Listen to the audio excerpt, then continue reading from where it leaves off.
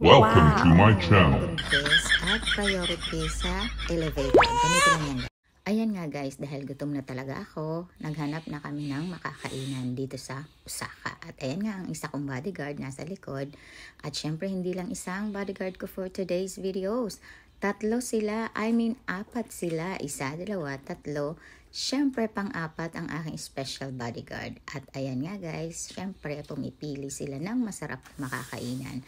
Dahil marunong silang tatlong mag-Japanese language, ayan sila ang driver for today. At eto na nga, syempre, nagrereklamo na ako, kumakalam na talaga yung sikmura ko guys.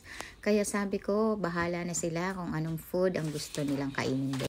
Ayan nga, first stop namin, tinanong naman muna ako ng apat kong gentleman bodyguard kung pasado daw ba ang mga foods na to na naka-display sa standing to para sa akin.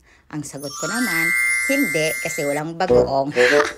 At ito na nga ang napili kong restaurant. Siyempre, agad-agad, lafang. Ayan, siyempre, hawak agad ako ng chopstick. At ang dami namin. Baka maunahan ako maubos tong gyoza na hawak-hawak ko. Charot. Anyway, sarap naman talaga. Anyway, basta Japanese food, grabe ako dyan sa pagkain na yan. Hindi mo ako mapipigilan kahit anong mangyari. Sige Ninang, laban lang. Kaya mo yan. At guys, meron pa ako isang kakainin. Ito.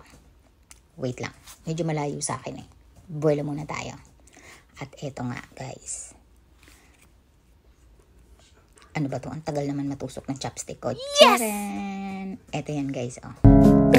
Titikman natin.